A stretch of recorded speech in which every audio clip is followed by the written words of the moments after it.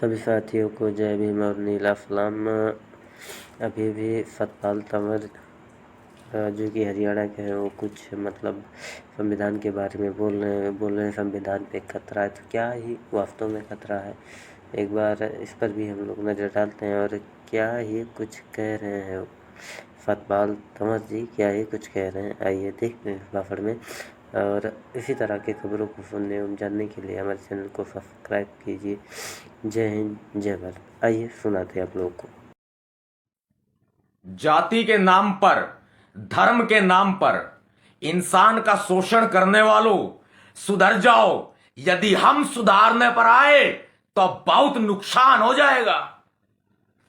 सभी सम्मानित क्रांतिकारी साथियों को क्रांतिकारी जय भीम, जय भारत, नीला सलाम, जय संविधान, भीम सेना जिंदाबाद। और इन तथाकथित मनुवादियों को भी पूरी दाढ़ के साथ क्रांतिकारी जय भीम। नरेंद्र मोदी सरकार, आरएसएस की सरकार, संघी सरकार, अमित शाह की सरकार, बीजेपी की सरकार संविधान को बदल रही है। 90% संविधान बदला जा चुका है। ये पूरे संविधान पर एक साथ हमला नहीं कर रहे, ये संविधान को धीरे धीरे बदल रहे हैं। अभी देश के गृह मंत्री अमित शाह ने संसद में एक विधेयक प्रस्तुत किया है, जिस विधेयक में आईपीसी यानी कि इंडियन पीनल कोड 1860 और सीआरपीसी और एविडेंस एक्ट, इनको बदलने की पूरी रूपरेखा संसद में प्रस्ताव के रूप में, विधेयक के रूप में रखी है। और संसद में भारतीय जनता पार्टी का बहुमत है। ये लोग इस विधेयक को पास भी करा लेंगे। इस बिल को पास करा करके लोकसभा में, ये लोग राज्यसभा में भेज करके वहां से भी पास करा लेंगे। और राष्ट्रपति भी इन्हीं का ही नियुक्त किया हुआ है, ये राष्ट्रपति के हस्ताक्षर भी करवा लेंगे। आईपीसी को, सीआरपीसी को और इंडियन एविडेंस एक्ट को बदलने का आखिर औचित्य क्या है? आप जो धाराएं आईपीसी की और सीआरपीसी की हैं, जो इंडियन एविडेंस एक्ट की धाराएं हैं, भारतीय साक्ष्य अधिनियम की, आप उनका नाम बदल लेते, हमें कोई आपत्ति नहीं होती। जैसे अभी आप कह रहे हैं कि जो आपराधिक न्याय संहिता है, जो भारतीय दंड संहिता है, जिसको हम इंग्लिश में इंडियन पीनल कोड कहते हैं और हिंदी में भारतीय दंड संहिता कहते हैं, इसका नाम बदलकर आपने जो रखा है वो भारतीय न्याय जो रखा है आपने, आप ये रख लेते, हमें कोई प्रॉब्लम नहीं थी। धाराएं तो नहीं बदलते, भारतीय न्याय संहिता आप नाम रख लेते, हमें कोई दिक्कत नहीं थी। लेकिन धाराएं तो नहीं बदलते। इन धाराओं के बदलने से कितना व्यापक असर पड़ेगा आपको मालूम है? मैं उदाहरण के लिए बता देता हूं। जो मर्डर की धारा है 302, उस 302 धारा को बदल करके जैसे इन्होंने 101 किया है। अब ये धाराएं बदलने का मतलब है सारा का सारा एलएलबी का सिलेबस, एलएलएम का सिलेबस, कानून का सिलेबस सारा बदलना पड़ेगा। सभी यूनिवर्सिटीज को और सभी कॉलेजेस को बदलना पड़ेगा। यहां तक कि जो इंडियन बार काउंसिल है, उसके कानूनों में भी बहुत तरह के बदलाव करने पड़ेंगे। और जो एडवोकेट एक्ट है, उसमें भी बहुत तरह के बदलाव करने पड़ेंगे। यहां तक कि दोबारा से स्टडी करनी पड़ेगी वकीलों को भी और जजों को भी। आपने एक बहुत बड़ा क्वेश्चन मार्क, एक प्रश्न चिन्ह लगा दिया है देश की व्यवस्था के ऊपर, देश के सिस्टम के ऊपर। यह संविधान को बदलने की घटना है, हम इसको ऐसे ही नहीं देख सकते।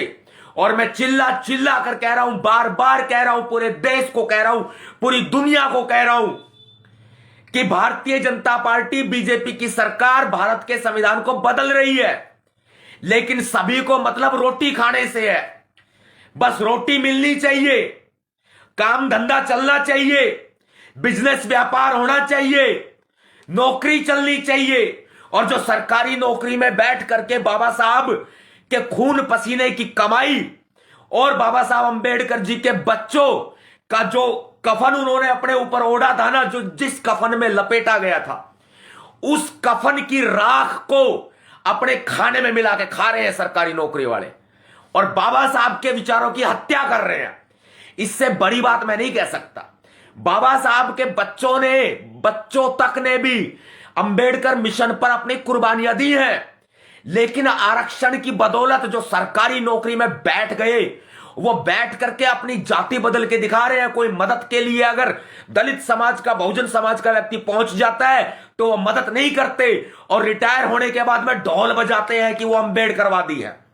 रविदास मंदिरों में जाते हैं, अंबेडकर सभाओं में जाते हैं, अंबेडकर सभाओं को ज्वाइन करते हैं और कहते हैं वो इलेक्शन लड़ेंगे, अब फिर वो चुनाव लड़ेंगे, फिर वो बन जाते हैं बहुत बड़े। जो सरकारी अफसर होते हैं ना, रिटायर होने के बाद में वो बहुत बड़े समाज सेवी बन जाते हैं। ये हालात सरकारी नौकरी वालों के हैं।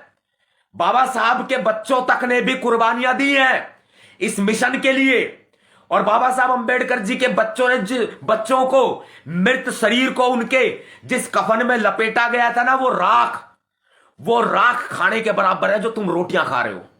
याद रखना मेरी बात को। इससे कड़वी बात कोई नहीं कहेगा जो मैं बोल रहा हूं, और पूरी तरह से शिक्षित हूं। बाबा साहब अंबेडकर जी ने मुझे शिक्षा का अधिकार दिया, इसलिए पूरे तरीके से शिक्षित हूं। कोई बावली बात नहीं कर रहा, कोई पागल बात नहीं कर रहा है। पूरे तरीके से शिक्षित होने की बात कर रहा हूं मैं, तार्किक बात कर रहा हूं, ज्ञान की बात कर रहा हूं, नॉलेज की बात कर रहा हूं। मैं सिंबल ऑफ नॉलेज की बात कर रहा हूं जो बाबा साहब अंबेडकर जी को कहा जाता है। बाबा साहब अंबेडकर जी के विचारों की हत्या करने वाले वही लोग हैं जिनको रोटी मिल रही है टाइम पे, जिनका पेट भरा पड़ा है, जिनको जरूरत नहीं है मिशन की, जिनको आवश्यकता नहीं है मिशन की। नरेंद्र मोदी की सरकार संविधान को बदले जा रही है और हम आंखें फाड़ के देख रहे हैं। आंदोलन की रूपरेखा बनानी पड़ेगी भाई, मैं तो बनाने में लगा हूं। मैं आपको बता दूं, बनाने में लगा हूं, और बहुत जल्दी मैदान में आने वाला है आपका भाई नवाब सतपाल तंवर। आपके भैया जी नवाब सतपाल तंवर बहुत ही जल्दी मैदान में आने वाले हैं। पार्टीबाजी को छोड़ के, संगठनबाजी को छोड़ करके मिशन के ऊपर फोकस करना है और मिशन चलाने वाले व्यक्ति का साथ देना है। कई सालों से आप मुझे जानते भी है, पहचानते भी हैं। आपने मुझे परखा भी है। मुझे तो सपना चौधरी के 1.5 करोड़ नोटों की गड्डी ने खरीदने की कोशिश करी, जब ना मैं बिका। मैं जब नहीं बिका तो मैं अब क्या बिकूंगा। मुझे ये बीजेपी वाले खरीदने की कोशिश करते हैं, ये कांग्रेस वाले खरीदने की कोशिश करते हैं। जब इनके कागज के टुकड़े जो हमारी पैर में ठोकरों के बराबर हैं, इनके कागज के नोटों की गड्डियां, गांधी छाप जो गड्डियां हैं इनकी, जब वे मुझे खरीद नहीं पाती तो मेरे ऊपर केस दर्ज कर देते हैं। 56 मुकदमे मेरे ऊपर दर्ज कर रखे हैं इन्होंने कई बार मुझे जेल में डाल करके जेल में सड़ाने तक की साजिश रची है, मेरा एनकाउंटर तक करने की साजिश रची है।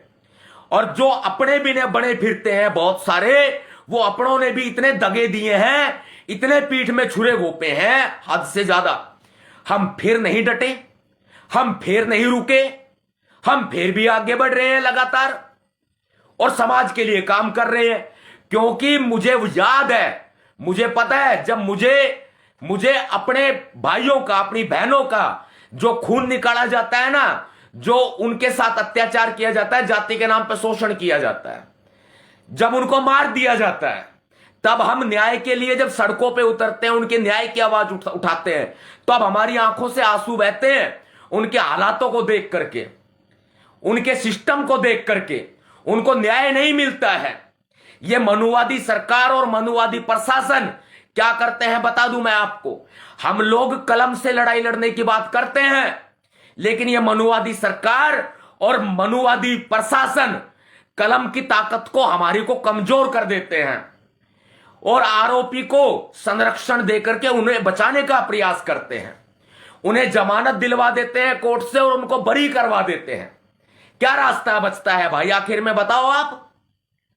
मैं बार बार कहता हूं, शस्त्र अधिनियम आपको यह अधिकार देता है कि आप हथियार रख सकते हैं। यह अधिकार क्या सिर्फ मनुवादी इस्तेमाल करेंगे? क्या बहुजन समाज के लोग इस अधिकार का इस्तेमाल नहीं कर सकते? या वो तथाकथित बुद्धिजीवी ज्ञानवर्धक कैप्सूल ज्ञान बांटते हैं कि बाबा साहब अंबेडकर जी ने कलम उठाने की बात कही है, कलम उठाओ, हथियार मत उठाओ। भाई हमें तो बाबा साहब अंबेडकर जी ने कहा है हथियार उठाओ,